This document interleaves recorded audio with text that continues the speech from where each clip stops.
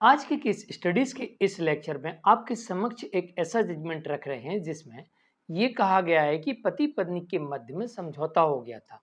समझौता होने के बाद में पत्नी अपने ही समझौते को तोड़ रही थी। इस कारण से मामला उच्च न्यायालय पहुंचा और उच्च न्यायालय पहुंचने पर उच्च न्यायालय ने पत्नी को दोषी माना कि जब समझौते की टर्म कंडीशन पहले से तय थी और अब आप बीच में भाग रही हैं, तो ऐसी स्थिति में क्यों ना आपको सजा दी जाए। और यहाँ पर कोर्ट ने 2 महीने की सजा और 2000 रुपए जुर्माना लगा दिया।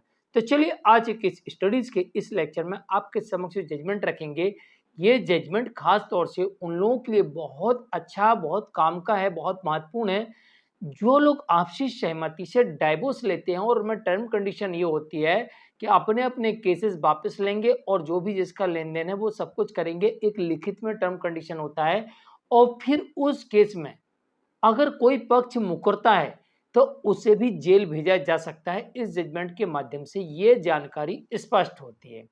तो अब आप ध्यान रखिएगा कि अगर आप आपसी समझौते के आधार पर सहमति से डिवोर्स ले रहे हो, चाहे साथ रहने के लिए हो गया हो, लेकिन अगर आप उसमें उल्लंघन करते हो तो आप उसके लिए दोषी करार दिए जाओगे। जय जिनेंद्र, हम क्रिश्चियन। वीडियो को लाइक और शेयर कर दीजिए। चलिए शुरुआत करते हैं। दरअसल इस मामले में पति पत्नी के बीच में यह तय हुआ था कि दोनों पक्ष अपने अपने केसेस वापस लेंगे। साथ में यह भी तय हुआ था कि पति के पास जो प्रॉपर्टी है वो गिफ्ट डीड करेगा। लेकिन यहाँ पर थोड़ा-सा एक प्रॉब्लम आ गया। पत्नी कहती है कि जो मेंटेनेंस है सोसाइटी का वो भी पति भरेगा। तो पति ने कहा जब मैंने आपको प्रॉपर्टी गिफ्ट डीड कर दी तो मैं क्यों भरूँगा? अब तो आप भरेंगे ना। पत्नी कहती ना, अब मैं म्यूचुअल डिवोर्स नहीं दूँगी। और म्यूचुअल डिवोर्स में जो उसने केस फाइल किए थे, अब वो वहाँ पर ना डिवोर्स देने को तैयार है, ना अपने केस वापस लेने के लिए तैयार है। अब पति को ऐसा लगता है कि जब मैंने प्रॉपर्टी दे दी तो मेरी प्रॉपर्टी भी गिफ्ट डीड में चली गई। अब पत्नी ना ही डिवोर्स दे रही है और अपनी केस भी वापस नहीं ले रही है। इस बात को लेकर पति पहुंचता है उच्च न्यायालय। उच्च न्यायालय इस बात की दोषी मानती है पत्नी को कि जब करार हो चुका था, सहमति बन चुकी थी, तो बीच में करार तोड़ दी पत्नी। इस कारण से इसका पत्नी को जानबूझकर उल्लंघन का दोषी माना। समझौते का जानबूझ के उल्लंघन कर रही थी पत्नी। तो यहाँ पर कोर्ट ने माना। कोर्ट ने यहाँ पर पत्नी को 2 महीने की सजा और साथ में 2000 रुपए जुर्माना भी लगाया। लेकिन कोर्ट ने इसमें अपनी सजा को 2 सप्ताह के लिए स्थगित कर दिया, स्टे कर दिया इस पर। तो कोर्ट ने यह कह दिया इस मामले में कि 2 हफ्ते के लिए ये सजा अभी स्थगित रहेगी। तत्काल प्रभाव से ये जो सजा का आदेश है ये लागू नहीं होगा, 2 हफ्ते बाद ही लागू होगा।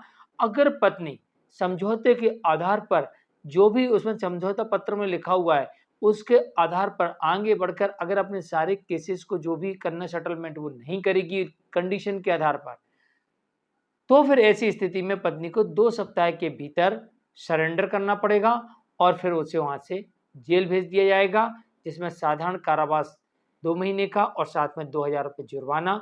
और अगर इस जुर्माने की रकम नहीं भरेगी तो इस साधारण कारावास को और बढ़ा दिया जाएगा। तो ये बात ध्यान रखिएगा कि आप लोग अगर आपसी सहमति से सहमति पत्र लिखते हो और फिर उसका उल्लंघन करते हो, वो भी जानबूझकर, तो ऐसी स्थिति में न्यायालय आपको दोषी मानेगी और दोषी मानते हुए समझौते को दोषी मानेगी, समझौते को जानबूझकर उसका उल्लंघन करने का दोषी मानेगी और ऐसी स्थिति में आपको सजा दे सकती है, साथ में आप पर जुर्माना लगा सकती है। ये ध्यान रखिएगा। और जजमेंट आया था दिल्ली हाई कोर्ट की तरफ से अनुराग गोयल वर्सेस छवि अग्रवाल के मामले में। जानकारी कैसी लगी कमेंट में जरूर लिखिएगा। वीडियो को लाइक और शेयर कर दीजिए। जानकारी बिल्कुल आपको मैंने शॉर्ट भी दी है। जजमेंट बहुत बड़ा है। नमस्कार।